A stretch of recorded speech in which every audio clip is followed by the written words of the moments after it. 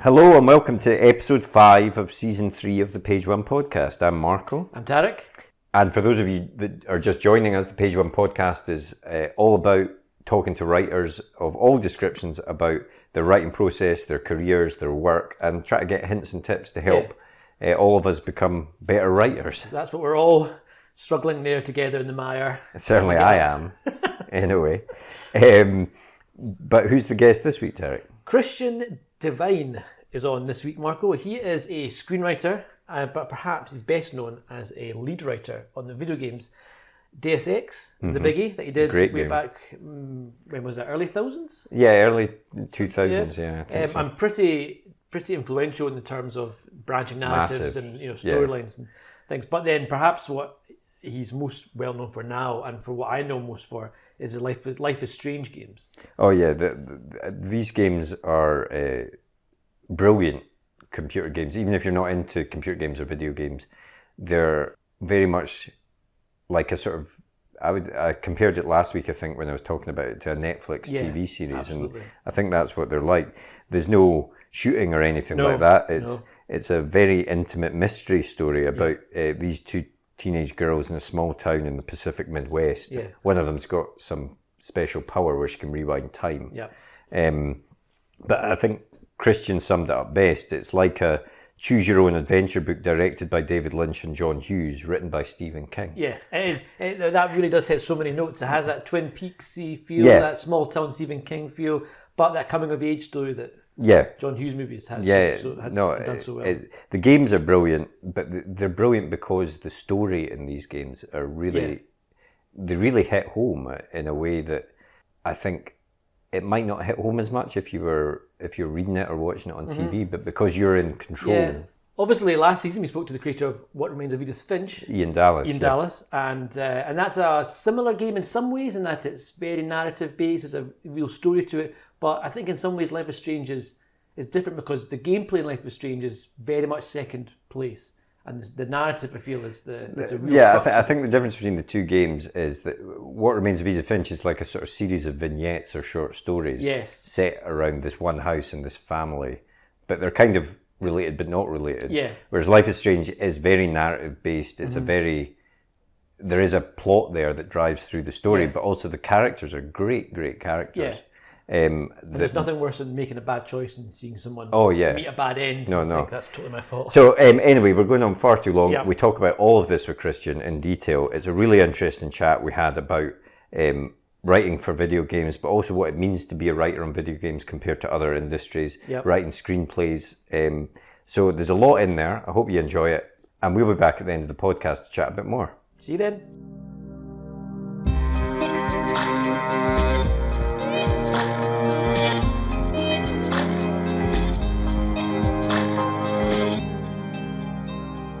I had read that you loved playing D&D as a kid and loved being the dungeon master and presumably creating these stories for your friends. Was that where your love of storytelling was born? No, but that certainly was a great intersection at a certain point, a perfect one for me, because I grew up, I was very fortunate. In my family, I had relatives that exposed me to really cool cultural stuff that some kids in America stumble onto and become part of as the generation watching TV and movies and having access to cool toys, etc. But, in my family, the bent was horror movies and Bruce Lee and James Bond and porn films and Monty Python. And for my family, even, we grew up with a very eclectic record collection. So as a kid, I was immediately like, my parents have memories of me literally curled in front of the stereo listening to Ennio Morricone and Frank Sinatra and the Beatles. And so music was a big thing as a storytelling tool because I would envision stories listening to music. And a song like Eleanor Rigby was the first time that I heard a song as a story. And I remember being captured by the lyrics, and that kind of ignited something. And as in class, I was a terrible student in school, even though I could have done the work. I just was a bad student because, like most creative people, that you just don't care a lot of times, and you're just preoccupied, But I was a great storyteller, and that was my way into school, and I was born with one hand, so having a disability, you kind of have to prepare that people are going to come at you with a certain attitude. So my attitude was like, I had to be funnier, smarter, all that stuff. I had to be, not because I am, just you have to let people know not to pity you or treat you differently or not to bully you. Yep. And so being a storyteller and drawing comics, I was very popular because in class, they loved hearing my stories. I would always read them. I'd get little awards for my storytelling. Everybody wanted me to draw comics with them in it. So I had a really good experience as a kid. Not everybody's so fortunate, and I saw that firsthand, and that experiences like that even go into Life is Strange later on. So nothing is really wasted. But I loved telling stories. I love film. I love comic books. And I would draw comics very early on. So I was very fortunate. I always knew what I wanted to do. I knew that I wanted to be in media somehow, film or comics or stories. I would read. Of course, I was a voracious reader of fiction, as a kid. And I got the Martian Chronicles when I was like 10 as a Christmas present. And that really changed my life a lot because that was my first Ray Bradbury. And he became a big, huge influence on me. And I got to meet him later on in my life, and get a picture with him. Oh, cool! And where he actually grabbed my hand for the photo for some reason. It was the most bizarre thing, and I felt being sanctified. But so I would make Super 8 films and videos and things like the typical kind of geek route, and I was a big geek, particularly, with science fiction and monster movies and horror. But I had a wide range. I was into a lot of different things, and I liked everything. And I thought you should use everything as a writer, as a creator, as an artist. But everything's in. Presumably something that was not there, or maybe not there as much as it is these days, is computer games. Yes, and of course, but I grew up, I'm kind of in a generational shift, but I grew up always my dad, fortunately, he loved getting whatever new technology came out. So when I was a kid, he got the first Pong game, which was the first basic video system available to families.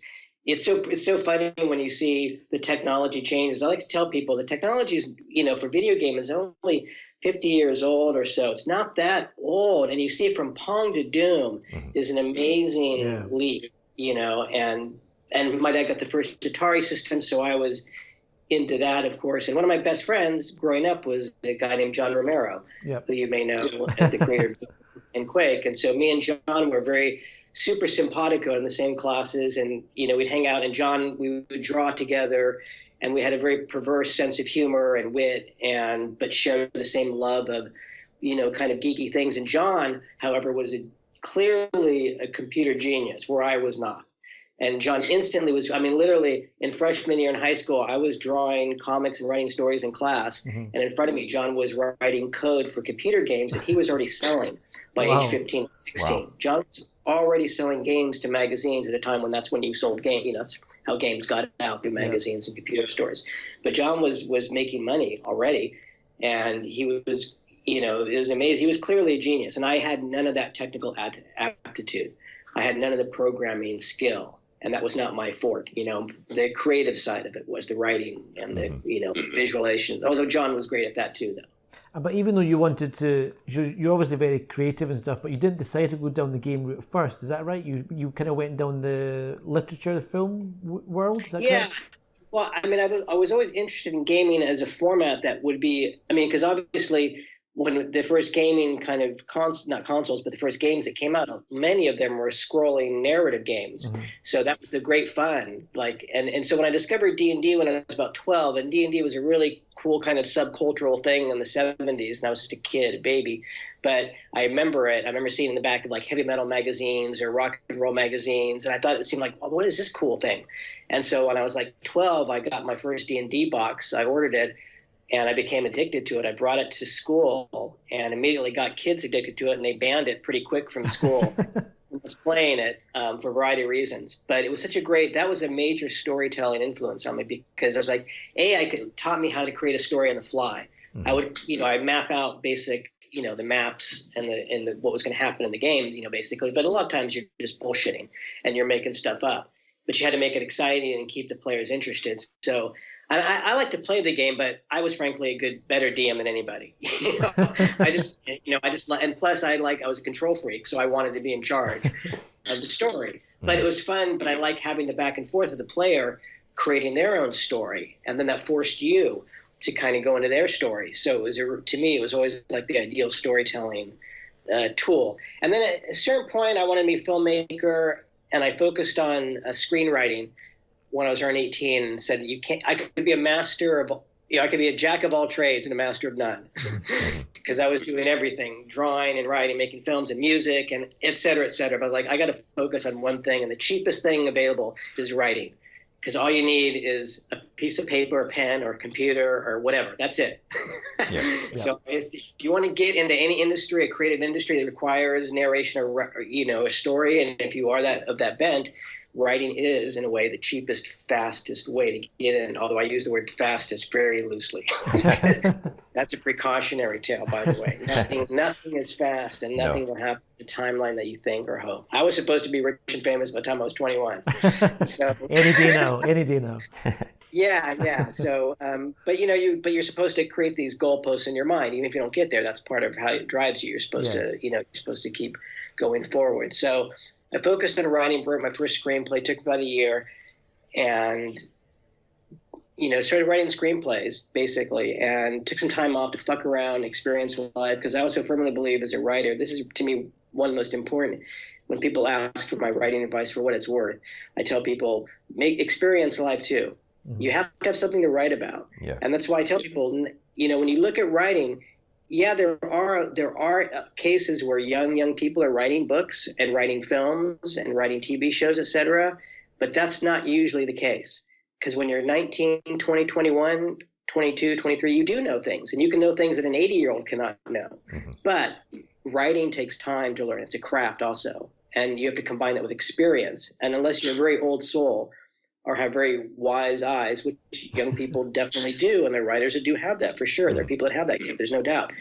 But that's the exception, not the rule. Mm-hmm. So I say you have to experience things in order to bring that to the table as a writer. So go out in the world, get your heart broken, experience joy and loss and grief. All the things that are going to come your way anyway. That shit will come your way, so just use it.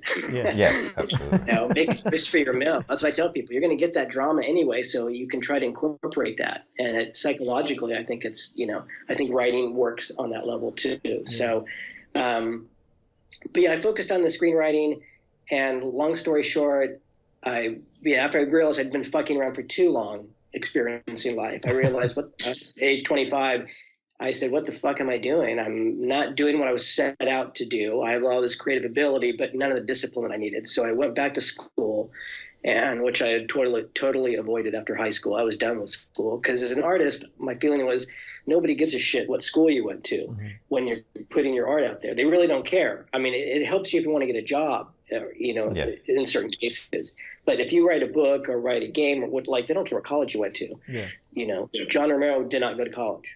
He went briefly, but he didn't need to go. He was selling games before he was graduating high school. Yeah. So, but it doesn't mean you can't learn things from college. And I learned discipline. I had great writing teachers, so I learned community discipline, started poetry readings, just to learn, what it was to become a writer and to force myself into that mode.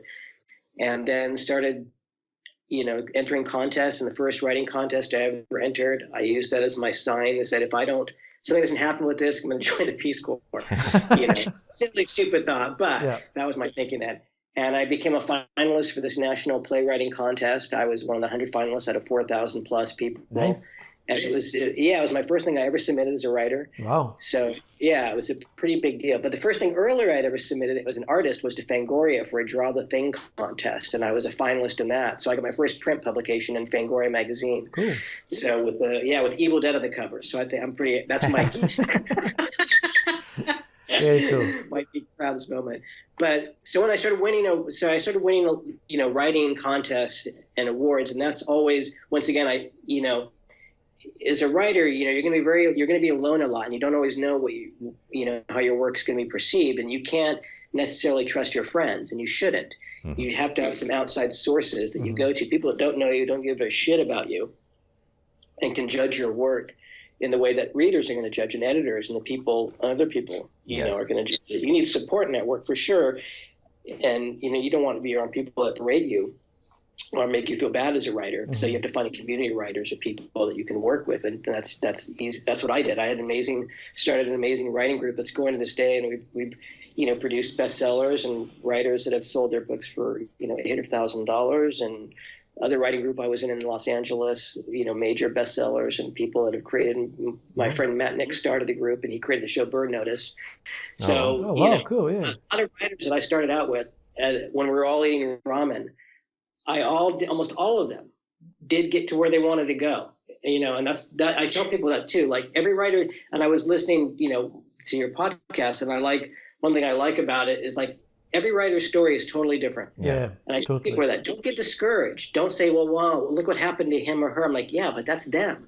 Your story is so different. And the one thing and for years, I started writing because I love doing nonfiction. I started writing essays and articles for Creative Screenwriter magazine for 10 years plus. So I was an editor and an interviewer. So I interviewed everybody from David Lynch to Rob Zombie to Stan Lee, Steven Soderbergh. So I covered the gamut with the interviews, and it was a great experience for me because I love to get into the process, and of course how you sell stuff and et cetera, et cetera. And everybody's story was totally different. And that's what I learned. Everybody's story is totally, so your story is going to be unique no matter what it is. And so when you make it, that's just going to be your story. Mm-hmm. And, not everybody's and so that's what should inspire people. The fact that there really isn't just one way to get there. I think that's right. And I suppose the difficult thing is, as you say, it's a solitary thing a lot of the time of being a writer, and it's to not get too downhearted when it isn't going your way, which is inevitably going to happen. That happens to everyone. We've heard that from the biggest people that we've spoken to. And you just have to have that confidence and that, like you say, a support network that you can trust to push you forward, I think. Yeah, and you have to, I tell people straight up, I go, if you want to be a writer, don't.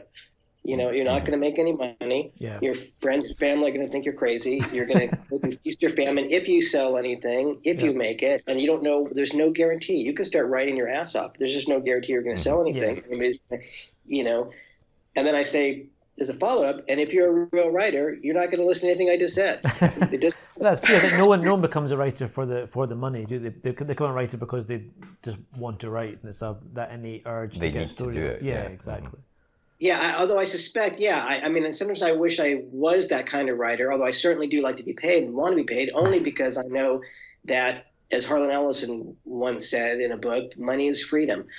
Money is not what we want because we want to feel good about ourselves. We need that because in society that forces artists and writers to live a certain way of people. Yeah. You don't want to worry about your rent, or you worry about your food, or worry about this or that, or your car. And those stresses can actually go into the writing. Like that actually explains a lot of what made Stephen King famous, because he was the first horror writer to combine, not quite the first, I say Richard Matheson probably did that earlier with I Am Legend, but Stephen King was certainly the first horror writer to combine that blue-collar, middle-class mentality with horror, where suddenly the beer you're drinking is infected and you turn into a gelatinous blob eating cats. And that's why the early Stephen King, that's why he caught on, because it was so brilliant. It was just that, and so, your moment, all this stuff is so, there's just no guarantees with art. I tell people there's just no guarantees. Yeah. But I do believe that if you work hard and you have some talent, you'll find your niche. Somewhere you'll find it. So I was writing scripts and getting attention and optioning lots of scripts.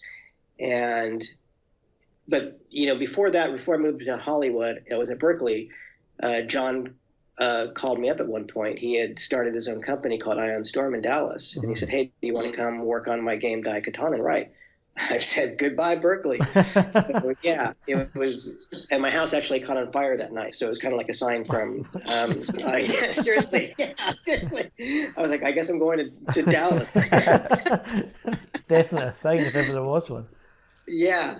And so that was an amazing experience. So I got to write for Daikatana, which is a whole story unto itself, and, a whole other experience.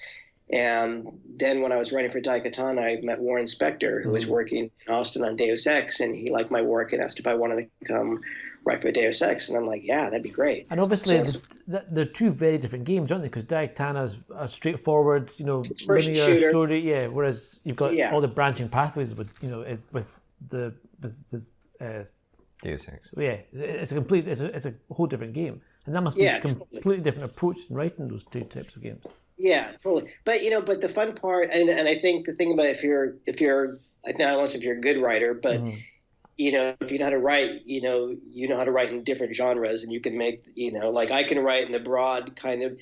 Daikatana was very, very ambitious. The game didn't necessarily match up to the ambitions of it, but it was very, very ambitious, and so the writing reflected a more broad that feeling, but it was still very cool and fun to do. And Deus Ex represented this kind of dark, paranoid cyber world, which I love William Gibson stuff. So to me, it was like Daikatana was Ray Harryhausen, and Deus Ex was William Gibson. So you can love both and know how to. If you're good at what you do, you can jump between those 2 or 3 worlds. And I could easily, I was just going to say, at what stage were you brought on to that? Because I suppose that's the thing with video games. It's, I imagine, a very rare thing for the writer to be the person that says, right, here's my idea, and this is what we're going to make a game of. Presumably, they brought those games to you, and then you created the story within there, helped them create the story within there. No, I mean, Daikatana was John's story. I came in and wrote cinematics and dialogue, and Deus Ex was Warren's story all the way, and he had a massive Bible for the game, a massive design doc. And I mean, I was able, I contributed ideas and, talked about things. We have brainstorm sessions, and things. That's what people bring, designers and writers and artists all bring their ideas. Everything is a product of this multiple. But it's like a movie. There's a director. Designers are the ones in charge. So, and usually the writers, too often or not, are brought in too late. Because writing growing up, and that was always my big problem with the games, even though there was good writing out there, because the designers tended to be writers, for a lot of games. But it's also, designers should be focused on the game, and you can't be focused on writing everything and designing the game. That's a lot to ask for, unless it's a smaller game. So there tended to be too much writing dilution, and writing was thought as an afterthought, and people would often like, what writing? Even there's a lot of Ultima games. I mean, Final Fantasy, there's a lot of games that have great writing, and so there are Monkey Island. There's lots of games. LucasArts games always had great, storytelling and stuff like that. So there's always been a good template for good writing in games. It just was never the thing thought of, and tends to be not the thing thought of. But it's a thing you need to do early, because it's harder to change technology later than earlier. It's easy to change writing. It's hard to change technology, and there's too many results of that. And so writing is still, as I tell people, it's still in the game world. It's still kind of in its infancy. We're at the period of the 1960s cinema, where they were kind of breaking all the ratings code, and you were allowed, the censorship was kind of gone pretty much. So now we're in a really great era of writing for games, because a lot of the rules and roles and regulations are gone away. And that was my problem, writing for games in the 90s, is I could see what Deus Ex I knew was visionary. I knew it was going to be just great. I was always like, this is going to be where gaming, this is going to work. This is going to be awesome. And it was a real. Sorry.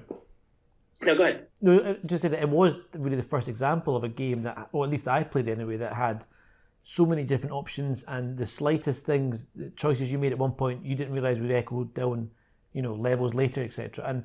And how do you juggle when you're writing something like that, or how do you keep all the branching pathways in your head and know there's a payoff down the line here if someone does this type thing? Well, that's why there's Excel docs and narrative designer, because you have a team, of people that are kind of overseeing stuff. So you have somebody, like usually a narrative designer is the one that oversees the kind of scheduling for the writing and using Excel docs, and they kind of, are guiding, maybe laying out what needs to be written, et cetera. And then the writer can focus on the writing and not, this other stuff. I think that's important. You got to understand, and people don't really understand, and there's reasons for this, that what makes up a writing team or writers on a video game. And I think now things are too diluted for me in terms of how they approach in discussing this, because, what does writer mean? What does narrative designer mean? What does story mean? What does this mean? Does this mean you're only contributing to one thing or two things? When you look at it from the Writers Guild in Hollywood, for screenwriters, everything is very strictly delineated. What every writer does, and they don't mess around. And games will get there. Like I said, we're in this very early medium and early era where we're just now sussing out what game writing means. So, and I was disappointed in the 90s because I thought, with as elevated as I thought Deus Ex was, I was still too much of a little boy mentality in the gaming world. And I was like, I kind of looked at my watch and I said, in about 10 years, let's get back together because there needs to be a lot of growing up. Yeah. And there needs to be women here and other disabled people of color, and et cetera, et cetera. You know, it's just, to me, it was a very limited, brilliant, you know, it's just nothing to do with people. It's just the nature of the industry of the era. Yeah. I knew games had to grow up, and they did, which is great, you know, and games like Deus Ex helped it grow up. So in the 2000s, things started shifting, and I got a call from a friend, a great French writer, and she said, you know, hey, I know a company that's looking for an American screenwriter for their video game. And I'm like, yeah, I'd love to talk to him. So it was DontNod Entertainment. So they sent over a couple clips of what they were doing. And the first thing I saw for Life is Strange was the menu, which was just basically this trees in the wind, kind of this Lynchian tableau of, again, you know, and immediately I just got it. I was like, oh, I get it. Yeah. I get what you're doing. And then the first scene I saw they sent me was non-voice scene with David Madsen discovering Chloe and Max in the room dancing and smoking puff. And I was like, this is exactly what I've been waiting to write. This is exactly what I've been waiting to do. Oh my God, I was so thrilled. I was so, you know, excited, and I was so scared. I was like, I have to get this. If I don't get this, I am joining the Peace Corps.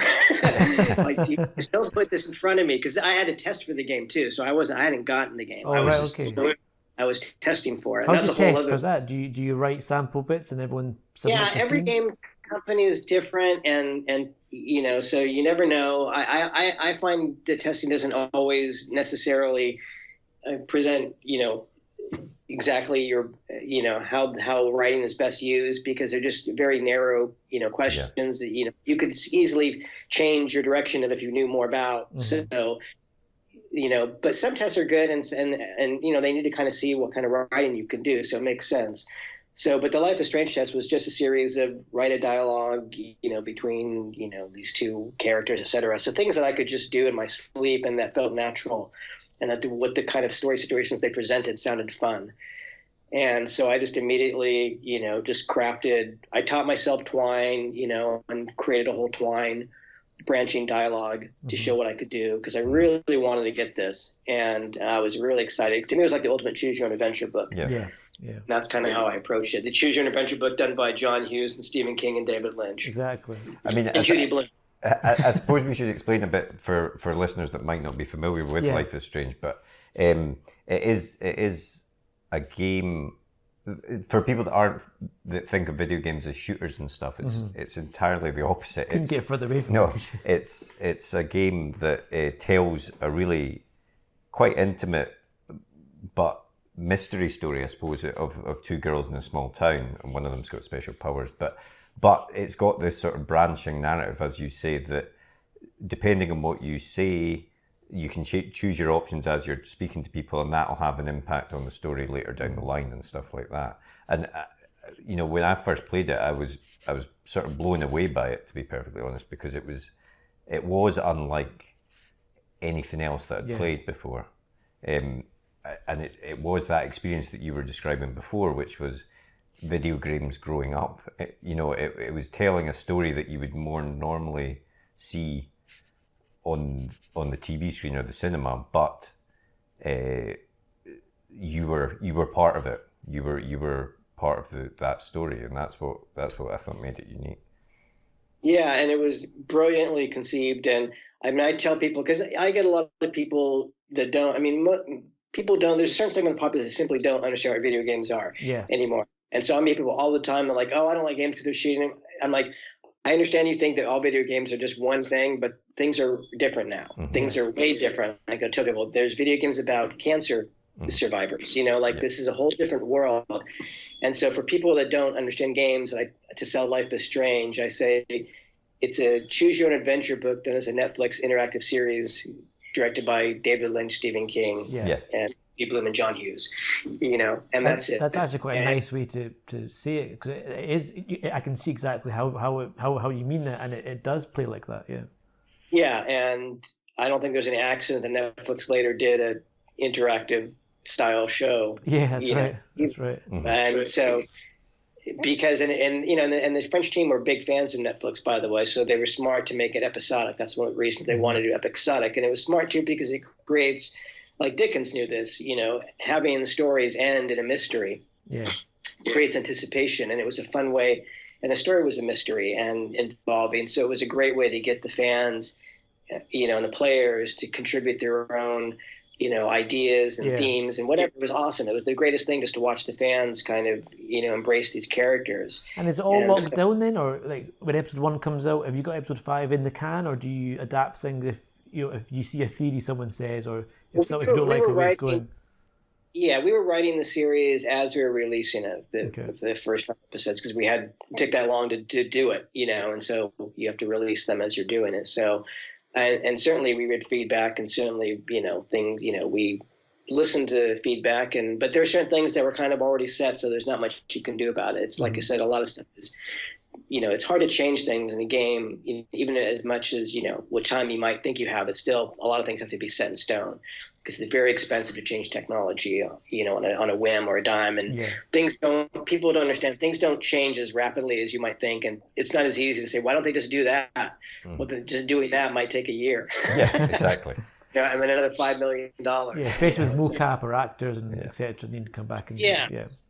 I mean, so we did bring back one of the characters, Kate, in a scene because she was so, we had the option to do that, and that we did that, and we were really grateful. And it was a great scene to write, and it was good. It was a good scene for Kate to have, a good scene for players, so that love that character. So things like that we were able to kind of add in. Was one of the other things? There was this sort of a stupid thing that arose around the use of a word in the first. It was episode 1, I think, in particular, Hela. And then I think that was called. You kind of played with that in one of the later episodes as well. As a result. Well, this is a great. I'm glad you brought that. This is a great lesson in linguistics, because one of the things I was most excited about, and I literally put this in my test. I had Chloe saying Hela because I'm in California. Hela is a very common phrase. You'll hear in Northern California particularly, and you hear it growing up over the years. Although it's a phrase that's regional, like a lot of phrases. You don't hear it in Southern California. And so people in Los Angeles, if they heard the word Hela, they'll roll their eyes and go, "Oh, you're from NorCal." So just like you could be in part of Scotland or part of England or part of wherever, and they might say something like, "Oh, you're part of you're from the South, you're from the North," or whatever. Yeah. It's just a regional thing. And I, as a writer, I love language. And one of the things I wanted to bring to Life is Strange is just this playful sense of language, and bring in and the game is kind of supposed to be in this art college and has a lot of influences, cultural influences, laid on very thick, no doubt, but with a very playful tone. And so I started noticing that people were saying the word Hela a lot. Young people were saying the word Hela. I thought it was funny because I hadn't heard it in a while. And so I immediately gave it to Chloe, and only Chloe, by the way. And I thought, this is going to be the word that comes out of the game. This is going to be the word that I want to go around the world. And it did. And I was so excited just because I thought it was so regionally accurate, and it revealed something about the character also. And so when it came out, the game came out, it was interesting to have people say, well, nobody says Hela. And there's people in London, nobody says Hela. Well, they don't say Hela in London, but they don't say sus in Sacramento either. And so why would you assume that people say? I thought it was very interesting that people kind of. It actually showed me something about the interconnectivity that we all have now. That people kind of assume that we all share the same language everywhere, or that because they haven't heard something, it's not valid. There's something to that. Like, well, I have never heard that, so it clearly doesn't exist. It clearly isn't real. I wonder if it's even more because, if it was in a film, you might accept it more, but because you're you're sort of part of the story, interacting with it, you kind of feel, hold on, you're sort of feeling like you're interacting with these characters, yourself into it, and then they're not used to hearing a word like that. Sure, of course, and that's par for the course with actually, like I'm saying, if you're watching this in a series or movie and the character's healthy, you wouldn't bat your eye. No. Yeah. Why would you? In the game, you can see, though, I think what situates Life is Strange apart from other games, and what I'm proud of, is that the voice is different from this game. You have to me, a lot of different voice levels in this game. It's not just, and like I said, I read reviews, well, I hated Life is Strange because everybody says hell all the time. Well, only one character says hell. And that's fine if you don't like the word. I mean, I don't use the word. I don't like it. But somebody used, and once again, people have to differentiate between, I think this is a thing going on, maybe we have going on today, where I don't like that word, meaning, so therefore that word shouldn't be used, or I don't like that word, so nobody should uses it, or something like that, which is kind of, but what was fascinating is that somebody wrote an article called Life is Hell is Strange about a month after episode 1, and she's from Northern California, talking about how she loved the game because it accurately depicted this lingo. And that kind of turned the tide, and suddenly you start seeing the word hella in commercials, in TV shows, on Sunset Boulevard, literally the word hella. I was going to GDC and the word hella was on the side of a building. And then 1 year after Life is Strange, what word did Webster's Dictionary add? There you go. Yes. Vindication at last. I'm gonna call it, hella. Now, 1 year after Life is Strange. And when you're writing for someone like Chloe or Rachel or Max, who are younger girls, is it hard to switch between, because you've done the male characters before, and you're jumping to like a younger girl? Is it hard to find a voice like that? It's all depending on the character, and and of course, there's always this constant argument, but, about writing what you know, what you are, et cetera, et cetera. And, growing up, when I started writing, trying to find my voice in writing, a lot of my characters tended to be me, my point of view immediately. And I got really bored with that kind of early on. And so my first scripts, the lead characters tended to be variations of me or my point of view. Yeah. And so the first script that I didn't do that in, I wrote with 2 female characters. And that was actually the first script that got me my first agent. And it kind of changed my writing life, because I realized that I didn't have to write from Christian Divine's point of view. I could write from other people's point of view or perceived point of view. I could put my point of view into multiple characters, but it didn't have to be just, how I saw the world per se, or how this one male character saw the world. So I just like exploring voices. And I don't claim that I know any more than anybody else, but it's up to the reader, to an audience, to decide if the voice works or not. But I just enjoyed, and that was my problem in Hollywood, is most of my scripts had female leads. And so even when I had Evan Rachel Wood attached as a star, one of my scripts, with a great director, financiers would say, hey, we can't give you money because it's a female lead. And I'd say, literally, and I'd say, do you guys know there's women, like 52% of them are women? Like, why would you ignore that as a business model? I mean, but that's literally, for years, things have changed. Seriously, like in the past 5 years, something major has shifted, and Life is Strange, I was always very frustrated in Hollywood because I always thought my scripts were way too ahead of their time. And I was always waiting, and often with art, it's just a matter of timing. And Life is Strange was that one moment where all of my acceptances and all the rejections, all that came into, it wouldn't have happened unless, you know what I mean? So I tell people, even your rejections are part of that step ladder. So everything that leads you there. So I was very fortunate that and I shouldn't say train myself in writing female characters, but I just particularly like writing those kind of characters and writing various characters, all sorts of characters, disparate characters. And so I just looked at it from the point of view of what Jean-Luc Queneau is the French writer who wrote the original story for Life is Strange.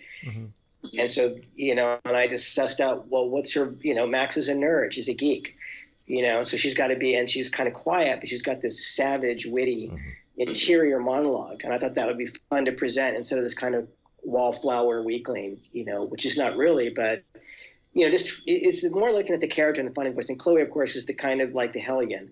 The Hellion, so she's the one that's always going to be like the rebel. So that's another, kind of where to find the voice there. But she's got she's got this background with her stepfather, and her father died in a car crash. So she's got that kind of baggage, and so she's acting out a lot and trying to find who she is. So I think if you just approach them as characters, and what's the story with them, that's how you find their voice, and you hope that the voice connects. It doesn't always, really, but for Life is Strange, these characters happen to really, really connect with people in an amazing way. And that to me is still the most amazing thing, is watching, as a writer, you don't always get this. And I don't know how common it is. So I can't say this with certainty, but just to get an audience of people that cry over characters or things that you've written, that's pretty much it.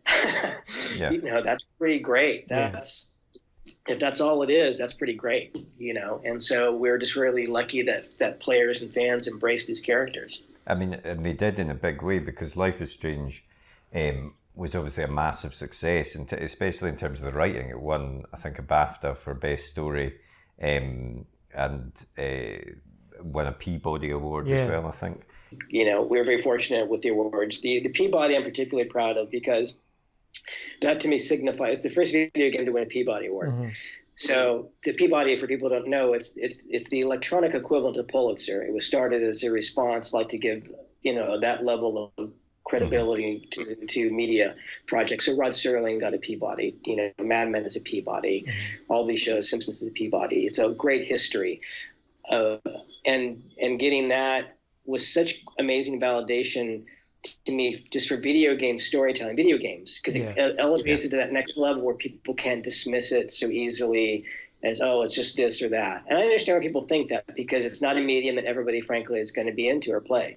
Most of my friends have not played Life is Strange and probably never will, and they can't get into games. And that's a swath of, that's definitely a big swath of the audience. But as narrative changes, gaming is going to be seen as more and more, Roger Ebert famously said that video games couldn't be art. Yeah. And I wish he was around, because I specifically put in the director Russ Meyer in Life is Strange, who Roger Ebert was friends with and wrote a screenplay for Beyond the Valley of the Dolls. And I referenced Russ Meyer specifically to tell Ebert, yes, indeed, Life is Strange is art, and so is Russ Meyer. And I think Ebert would have said, I think actually he totally would have said, yeah, okay. And he would have seen other games, Edith Finch, games like that. That was a great interview. Absolutely. He did with there's lots of, not just Life is Strange, lots of games, or in the zone of where narrative storytelling is, it's on a level of film and literature, et cetera, et cetera. Well, I mean, I think that's right. As you say, there were, the effect that Life is Strange had on people, the feelings that they had for these characters, that is art. If it can touch you totally, like that, then that's what art is. How much more do you need to do for it not to be art? One question I was going to ask you was, obviously there are these branching storylines, and then at the end of Life is Strange, I won't spoil it for people, but there's sort of a big choice that you have to make, and depending on what happens, it changes the end of the game. But in your head, do you have a definitive canon ending, if you like, or are they both equally valid? Yeah, the Kobayashi Maru scenario, where I have both endings in both universes. Divine's cat. There is no lose. Yeah, well, that's good. It's just two universes cohabiting together in my canon. When you went on to do Life is Strange 2, then it's interesting because it's similar to the first one in a lot of ways, but it's also very different. It's Arcadia Bay in the first one was almost a kind of character by itself, but this is more of a road trip one, and I feel you touch on a lot of issues which are quite valid, especially nowadays, maybe especially in America, racism, immigrants, etc. Was that quite important for you to have a say about those options, about those themes? Yeah, I mean, and I think, once again, Jean-Luc wrote the story for this, and then Michelle and Raoul, the designers and co-directors, definitely wanted to tell a road trip. They love road trip stories. We're all fans of Kerouac. We're all fans of, I love road trip narratives. One of my favorite kind of stories is road trips. I mean, seriously, I don't know if you guys have seen Until the End of the World, Wim Wenders. No. Oh, well, it's an amazing film. He made it in 1991, and it's his most expensive film, shot around the world. Wow. It's originally a 5-hour cut and released, butchered, of course, but one of the most amazing soundtracks ever made, and totally visionary. Predicts GPS, and it's set in the future, so he predicts all sorts of crazy things. But Criterion finally released the 5-hour cut, and it's completely worth watching. But It's like, yeah, I love road movies like that. Anything where you're on the road, journeys like that are great. And they're great storytelling tools because you know that you're going to meet. In the first one, you're centered around Arcadia Bay, which, like you said, is like a character. And the power and the pleasure of that is, of course, you get to establish all that kind of atmosphere. Yeah. And then when you go on the road, you have to break that up because you're going to be going to different elements, which is what I like as a writer. That's what I think is exciting. You get to have all these different layers of but a road trip story is great because you get to meet all sorts of disparate characters, and it ups the ante for just different characters and different environments. And I love the environmental storytelling. Life is Strange too. Like I said, there's a lot of layers of writing too going on in the game that we should talk about. So I just so I'm writing, branching dialogue, and then the environmental storytelling, what you read, then the thoughts, what they see, hear, and think, and then the Zen dialogues where they just kind of sit down, and we go over that with the narrative designers also. So there's a lot of level of writing going on. It's not just one, and people maybe don't appreciate that in games, how much different writing is going on in there. So it's not just one thing. So the road trips element was great. And of course, the political element is very important. And it's important to me because I think we're living in perilous times right now. And I'm proud of Life is Strange 2 for taking a stand where it would not be so popular necessarily. And some people may perceive it to be unrealistic. I think pretty much most of what's going now has borne out. Yeah. What was in the game. We were writing the game before, right during the election, basically, so things hadn't gone there, but I could see exactly where things were going, and so, the game reflects that, but once again, it's up to the player to kind of determine their point of view about this stuff too, and the characters all have their points of view, and so it's up to, the player to engage in that journey on whatever level they're going to. So I'm proud of the game for having a voice, and I think the game will be looked at in time as one of the few games, not by just by nature, by necessity of what games are, that actually is speaking out about kind of what's going on in present day America. Yeah. No, I think it definitely does that, and it's a very impactful game for that reason. Absolutely. I think, and it's important, I think, like again, to show that games can kind of grow up and they can have issues and opinions about important topics like that. And actually, you're touching, in some ways, you're touching a lot more than a film about the same themes that might not reach as many people as a game would, actually. Yeah, and like I said, people can bring their own point of view to what the story is saying and what the characters are, et cetera, et cetera. So, we try not to be preachy or didactic. That's not what it's about. It's still about giving the player the choice and the element. But there's still a point of view, and there's still things we're outraged by and things that we, want to comment on. And that's one thing that you do in art. And, the character Brody says everything is political, in the game. It may not be true, but in certain cases, you can't escape it. And you have to kind of, at a certain point, have art that reflects what's going on in the culture. Art reflects and refracts culture, as I say. Yep, definitely. So the writing process for a game obviously involves the designers, involves everyone else. I'm just wondering how long that process is from start to end. It must take much longer than writing a screenplay, for example, or something like that. Yeah, it's an ongoing process because the game is ongoing. So you might change dialogue, when we're doing voice sessions. That's one thing. That's often when you can hear some clunky dialogue too. And I'll be like, ooh, let's change that to the. Let's change that, or something. So there's. That's the good thing about it. You can, you kind of like change things, when they need to be. And so it's an ongoing process, and, you're up against really tight deadlines, and that's good and bad. It's good because it forces you to be super creative lightning.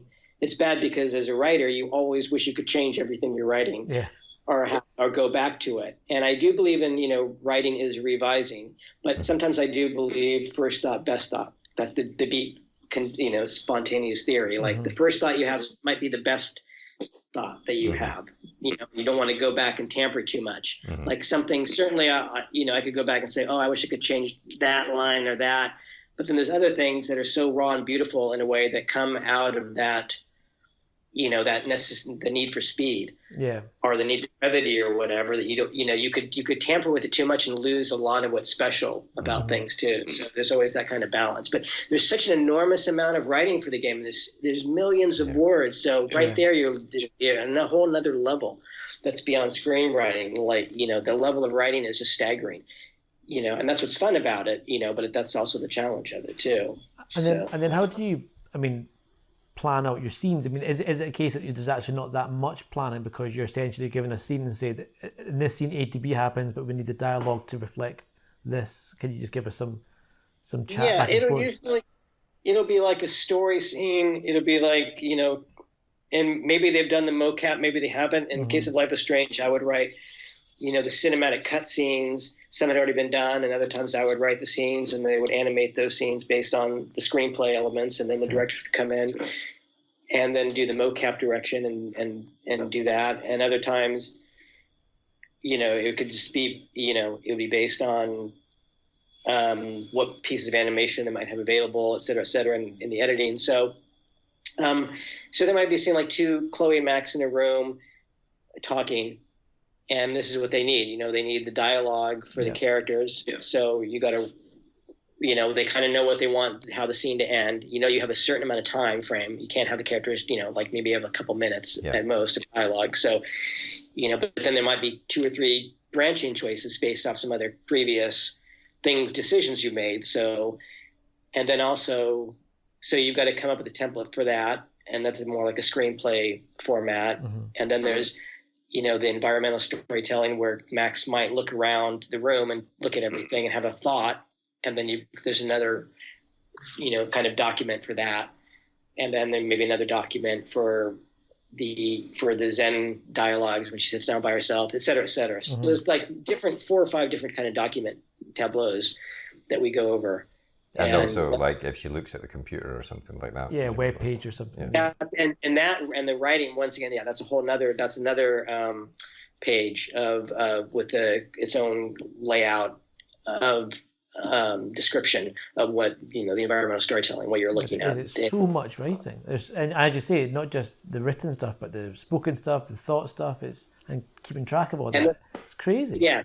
Well, you have to have great, you know, we have Matthias and Masha for Life is Strange 2. And Matthias was more narrative designer for End of Life is Strange and Life is Strange 2, and he's great. So, you know, and, you know, they're able, and then we have a producer, you know, who keeps track too of everything. So there's people that have to keep, their job is specifically just to keep track on that Excel and keep track of, and it is work. It is a major amount of work. And that's why you got to bring you know, it's important for writers to come in early for the game writing process, because it can save the team a lot of time for stuff that might not work later or things they've got to fix. And so it's important to listen to the writers. So the writers aren't necessarily, I was given an enormous amount of freedom in life, very fortunate, enormous amount of freedom in Life is Strange, you know, to bring things to the table. And so you don't always have that though. And some things are, you know, you have to just do things based on exactly what's there in front of you and what needs to be done, et cetera, et cetera. Some things are just going to be voicing. You're just going to be doing voices for characters, maybe some limited dialogue, you know, descriptions, et cetera. So it's a different, every game is going to have a different kind of, you know, storytelling element. But the storytelling, you know, I call it the blue age of storytelling now, because it's so pervasive that storytelling is becoming so important to games.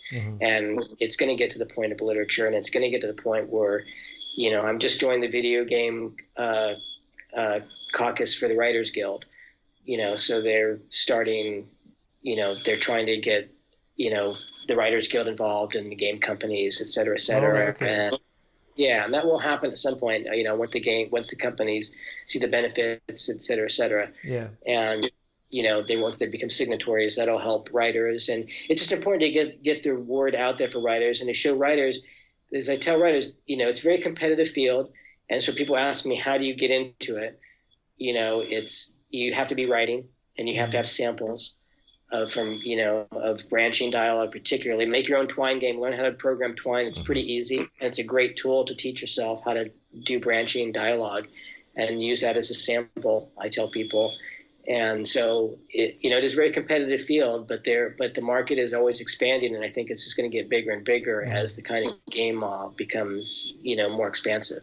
And also I think as well the sort of games.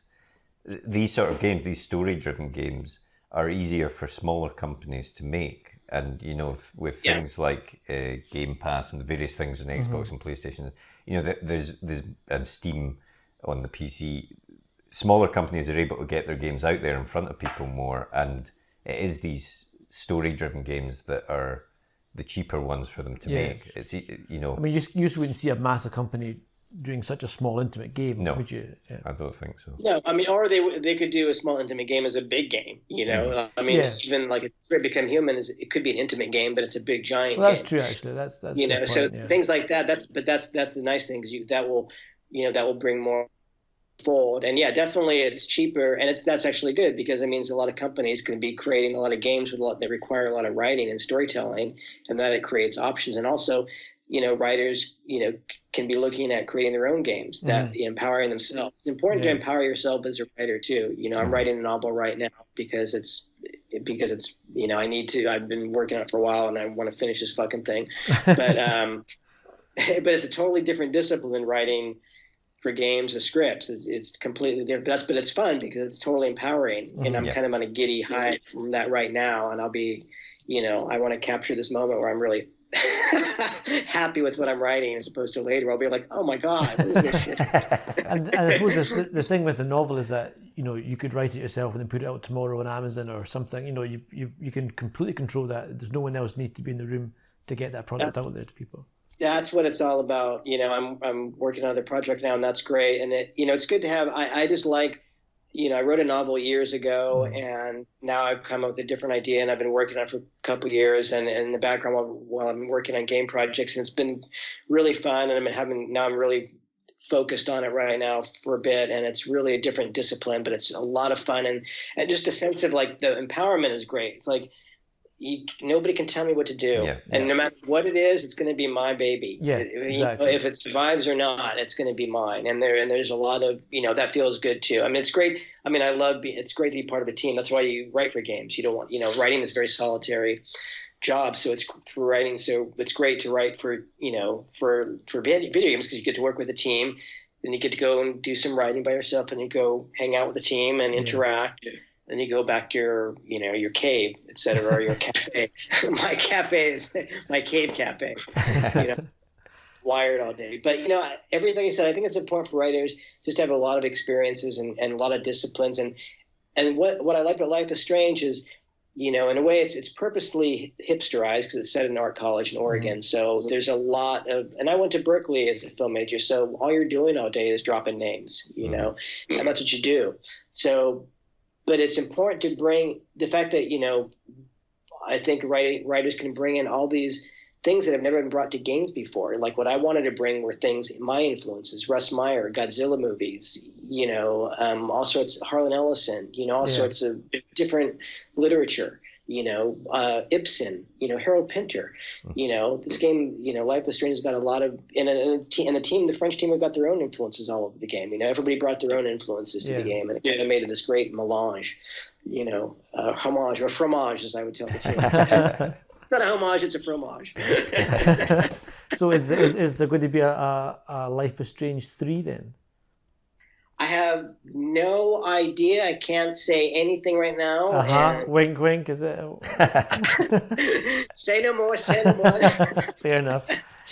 No, I hope there will be at some point.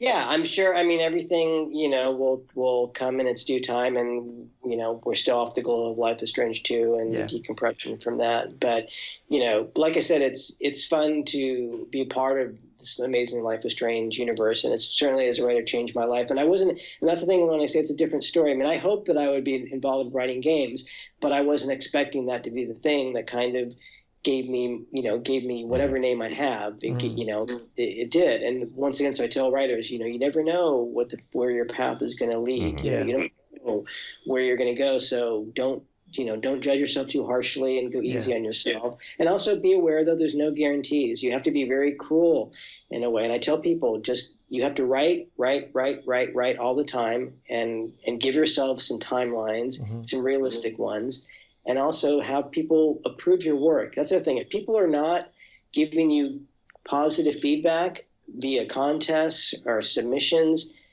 you can collect rejections, and you should collect rejections. That's a badge of honor, by the way. That's a great thing. You should be collecting rejections. It shows you're doing it. You should always be happy with every rejection. It sucks, but it shows you're doing it, and that's a good thing. Yeah, that's true. But yeah, really. And so you have to look at that. Pat yourself on the back with every rejection. You're doing it, and because there's no guarantee. There's no guarantee.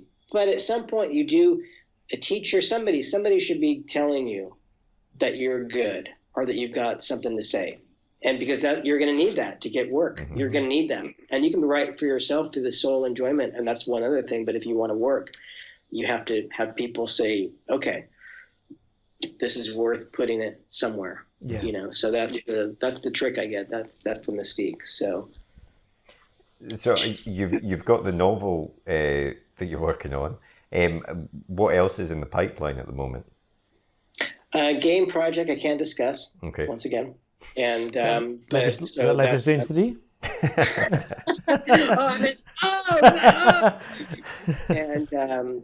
And so that, and my screenplay stuff in Hollywood. I have a whole other thing going on in Hollywood with my screenplay. So and focus right now, really, my little time I've got right now is the novel, and that's that's taking up a lot of my remaining time up, and joyfully so. I'm having a blast, and it's good because I like writing it's great discipline. If you're writing for somebody else, you've got one muscle you're working, and then you're writing your novel, you've got another muscle working, and it the work informs each other. It doesn't hurt either, and I'm able to kind of keep my branching. That's one good thing about having that mindset. If you can branch off from two different things, which not a lot of writers, and so that's why people have a problem with the game, and not a lot of writers can write video games in the way that they can write a screenplay, because it's not all linear, and you have to think of multiple stories, and there's techniques to do that, but not everybody just has that kind of that pattern making, and they can see ahead.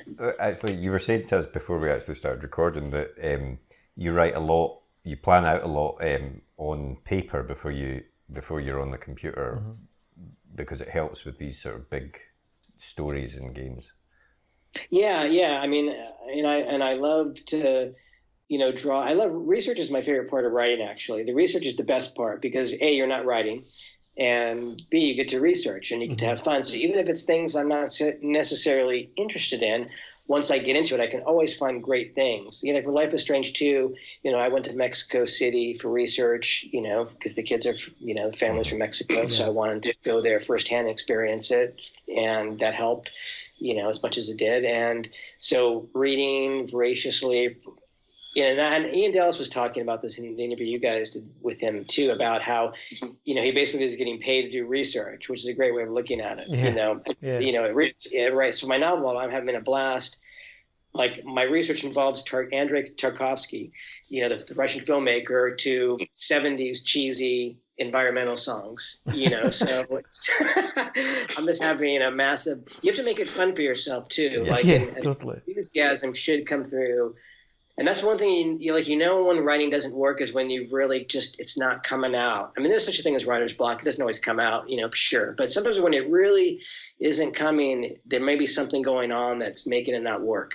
And you should look at that. Because I know that it's so hard to sit down to write, but the thrill is when you get into that zone of once you've started writing and time vanishes and you feel like at peace with the world and you feel like, yeah, this is good. Even if you think it's shit later, and you will, at least you're getting that vibe, and it's driving you forward. So I think it's, the research is a big part, and I like to storyboard, a lot. It helps me just visualize scenes and have more fun with them, kind of laying them out. And like I said, watching a lot of movies and reading books that soak up what I'm doing. I'm in a big Andrei Tarkovsky mode right now, the Russian filmmaker. Have you seen any of his films? No, I haven't actually. Or Stalker. Watch Stalker. That's the one that you need to see. Okay. Because it's got a big influence on a lot of games, video games, and and it's kind of like it's one of the first cyberpunk films in a way. Okay. But like an art house cyberpunk, which means it's almost 3 hours, and the camera shots are lingering, to say the least. He makes Ozu look like Robert Rodriguez. That's about his. But his filmmaking style is absolutely beautiful and magnificent, and Stalker's gorgeous looking. So it's on Criterion, so you should definitely check it out. Oh, yeah, definitely. Yeah, and you can see how it could be a Michael Bay movie, but it's a Russian art house movie done from a different angle. Nice. But so very things like that influence me. That sense of time, that sense of what time can do, even like in games, and that's why I love Life is Strange. You have all these moments where Max sits down and has these thought, we call them Zen moments, where Max sits down and has a little thought to herself. She can sit anywhere and have a memory of the place she was, whatever. And it creates this kind of interesting little separate universe for the character, even if you don't always take advantage of it, but that it's there. Yeah. But things like that can come out of all sorts of different literary or film or music, influences. And so you never with games, movies and books, everything, to me, nothing is wasted. Everything, you should use everything, basically. Try to use everything because, you've got those tools there at your disposal. Yeah. Absolutely, that's so true. On that very topic, we were going. If you've listened to some of the other podcasts, you'll hear that at the end of every podcast, we like to ask people what a few of the same questions, basically, to see what the responses are. So, what was the last TV show that you watched or are watching? I watched some episodes of Monty Python. I don't know if that counts. Oh, yeah. I'm not watching anything new. I should be, but I'm just right now watching a lot of older stuff, stuff I've already seen. So I haven't seen anything recently on Netflix. I haven't watched any series recently. So I would say Monty Python series and King of the Hill. Oh, fair enough. Nice. I love King of the Hill. I still think it's a brilliant series and reflects on how you wish conservatives were today. What was the last film you watched? I watched, and this ties with my novel, this horrible 1973 big budget musical called Lost Horizon. Okay. I don't know if you've heard of this. It was a massive $15 million disaster with songs Bacharach. And Ingmar Bergman's favorite actress, Liv Ullmann, is the star of this musical, and it's Sir John Gielgud as Chang. If that gives you an example of how bad the film, but it was a huge disaster, and I'm obsessed with film disasters, any kind of disaster I love, and the songs in it I'm kind of using as a template in my novel. These excruciating Burt Bacharach songs. Fair enough. I'm intrigued by this novel. You should go to YouTube. You can watch it, but you can read about it. It's pretty fascinating to read, and it's worth watching simply to watch a movie that cost as much money. It was a total disaster. And a very famous disaster, and you can see why. I mean, it's fascinating. It's based on a very classic book by James Hilton. They made a great movie version of it in the 30s by Frank Capra, and so they updated it for the 70s in all the wrong ways. But yeah, so I'm kind of obsessed with that right now. So that's what I watched last night. And what was the last book that you read? I just finished reading. I'm looking at my book list. I finished 3 books. I go through about 5 or 4 nonfiction books, a couple weeks, every couple weeks. I fly through them. Fiction takes me a little longer, but nonfiction I can fly through. So I just finished reading Zona, which is actually by Geoff Dyer, which is actually a book about his love affair with the movie Stalker that just came out. Yeah, Beatles 66, which is all about kind of this pivotal year when they did Revolver. I'm a big Beatles fan. And then Andrew Tarkovsky's Diaries, which are totally depressing. And then this Alice in Wonderland, a book of short stories by Harlan Ellison, and then White Fang by Jack London. So I kind of finished all. I took a mix of books there. I have a very eclectic selection. People can't quite figure me out. I'm a Sagittarian, so I tip it, but you can't hit a moving target. That could work for you in some ways, and it works against you in some other ways. But I think, once again, I think it's very important for writers and artists to have a lot of influences. Like growing up, I could never listen to one kind of music. I listened to everything. My friends couldn't understand why I listened to Frank Sinatra. But I like Black Sabbath and Frank Sinatra. Yeah. And I like Moby, and I like I like Prokofiev, and I like Harold Budd, and I like Brian Eno, and I like everybody. I like Aha. I like everybody. If they're good, I think everybody. Not if they're bad, but I think you can find good things in everything. And to limit yourself limits your art. And the Beatles are proof of that. They used everything in their music, which is why they stand the test of time. And the best artist, Tarantino, more specifically, uses everything when he makes a film. He doesn't just think of one genre. He pulls in. Everything. And so I aspire to that anyway. Sometimes he pulls in too much. But. Sure. Definitely. But better. I always err on the side of ambitious failure. Definitely. TM, quote me.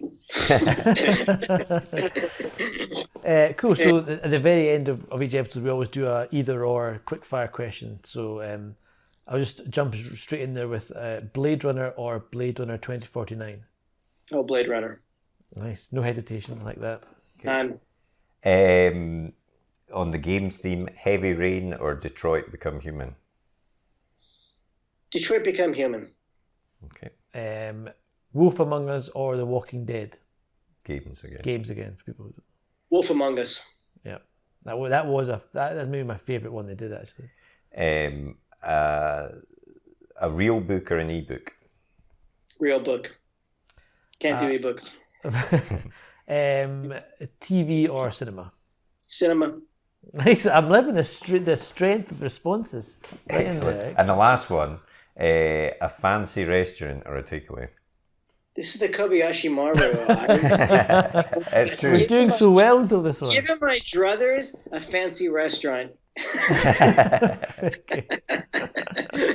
Writers should always enjoy when they get a good meal. They should always be happy when they're eating a really good, nice place. Should never take that for granted. Excellent final note of advice to end on there.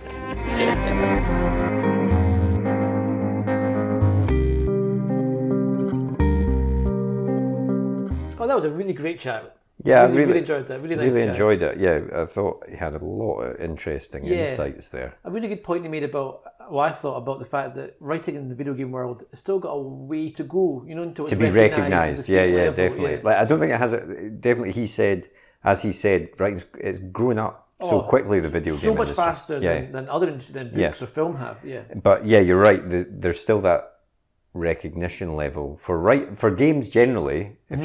If you're not into video games, there is still this idea that they're for kids or they're shooters or But so Life is Strange is so different in that regard. Yeah. But then also what in the industry, I think how important writers are and what it means. What is a writer? Because are you feeding into the narrative of the game? Are you into the design of the game? It's because everyone likes a film to look nice, but there's a recognition in film that it has to look nice and it has to sound nice. Yeah. And everyone has their equal place in it. Whereas in video games, I think the gameplay still often is the number one. Yeah, which is obviously a key thing. You don't want. It's not. You don't want it to be too passive. Otherwise, you may as well just watch a film. Yeah. The gameplay is always important, but the writing in these things is what I find as I get older really pulls me into a game and really makes me decide, do I want to play that game or not? The gameplay can be cool. And that's great. But I'll excuse bad gameplay if the writing's really good. I'm more likely to lean. I know others may lean the other way. Yeah. Also, my reflexes aren't quite what they used to be. That's certainly true. Getting killed by like 10-year-olds in Call of Duty. It's kind of lost its appeal. Exactly. So that was great. Really big thanks to Christian for appearing on the podcast. Really enjoyed that chat. Who's on next week, Tarek? Next week we have a return. The first return. The first returner. Mr. M.R. Carey. Yes, Mike himself Return of the Mike. Oh, very good. You've been waiting. I've been waiting 3 seasons for that one. Yes. No, we loved our chat with Mike in the first season. I can't remember exactly what episode it was, but you can check it out. So I would recommend you go and listen to that. But he's got a new book coming out, the Book of Coley, which is the first in a trilogy. Which is out very soon at time of recording. And so we thought we'd get him back on to chat a bit about that and the writing process that was behind that. And again, it's a really great chat we had with Mike. Yep. So hope you tune in for that one. And don't forget, people, if you are in the mood to win a competition, well, you are listening to the correct podcast. Exactly, because we've still got the Jonathan Whitelaw competition from last week running, so you can win a copy of Jonathan Whitelaw's book, the Man in the Dark and a t-shirt, Man in the Dark t-shirt. That's the reason why I would be interested. Yes. And also, of course, a page one notebook, which is the writer's notebook that we designed with different sections for characters, plot and templates and so on.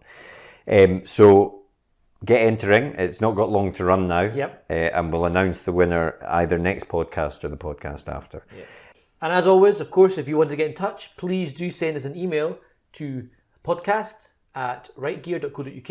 You can send us a tweet, which is @right_gear. Yeah, and we've got a Facebook page as well. So however you want to, please do get in touch. We do love listening to the very few people that write into us. But also, what's more important than letters, Marco? Oh yeah, if you could rate us and review us if you enjoyed the podcast on Apple Podcasts, that would be great, because it'll only take you 2 seconds, but it makes a massive difference to pushing us up the charts, and being up the charts means that we can get better guests on, because we can say we're 2 seconds number 97 in the very subcategory of top 97 podcast. Yeah, exactly. Yeah, and 2 seconds is nothing. You can like us when you're waiting for your bus. Exactly. Or you're on the toilet. All of that, we would really, really appreciate that. So if you do have the time to do that, we'd love that. But otherwise, we'll just leave you with a bit more about page one, and we'll speak to you next week. See you then. The blank page. To some, it's terrifying, an obstacle to overcome. But we prefer to think of it as an opportunity, a blank canvas to be filled with all of the adventures and characters in our head. So how to overcome that fear? Well, we all know the best advice for a writer is write. Seriously, get words on the page and more will follow. But what about later, when you start trying to pull those threads of what you've written together? What about the character you wrote about way back at the start? Who was she again? What was she carrying? And where did she leave the MacGuffin that she now really needs in the third act? Think about all those top thrillers you like to read, or that amazing drama you just watched. What did they all have in common? Structure and planning. As aspiring writers ourselves, we've tried many different methods to try and organise all the thoughts about the stories we want to tell. We've been there searching for a piece of scrap paper to note something down, or making a quick note on our phone in between meetings. Or sometimes we'll make a note in whatever notebook we're carrying, or a document on our laptop, so we don't forget that great idea. Let's be honest, it can all be a bit messy, and it's easy to lose track of everything. And that's when we realise it's not just the story that needs structure and planning, but the way we gather all of our thoughts about it as well. And so we made page one. Page one is more than just another notebook. It's a place to put down all your ideas for your latest project, divided into easy-to-use sections that will help you plan your story, so that when that blank page comes calling, you're ready to answer. And then afterwards, once it's written, we realised you need to plan how to let people read it, so we included a section relating to submissions. Each one is designed for one project, whether you want to write a book, screenplay, a comic, or any other kind of story. We truly believe that when you use it, it will help you get to the main event, writing your story. So we hope this helps. We can't wait to read what you come up with. And remember, every story starts with page one. Well, I hope you enjoyed that episode. If you did, please leave a comment down below, hit that thumbs up button, and be sure to hit that subscribe button as well, so you never miss an episode like these ones below. And if you want to get in touch, you can always drop us a tweet in the Twitter machine, which is @UKPage1, as evidenced here, and our other social media channels are available. Otherwise, we hope to see you next episode. See you later.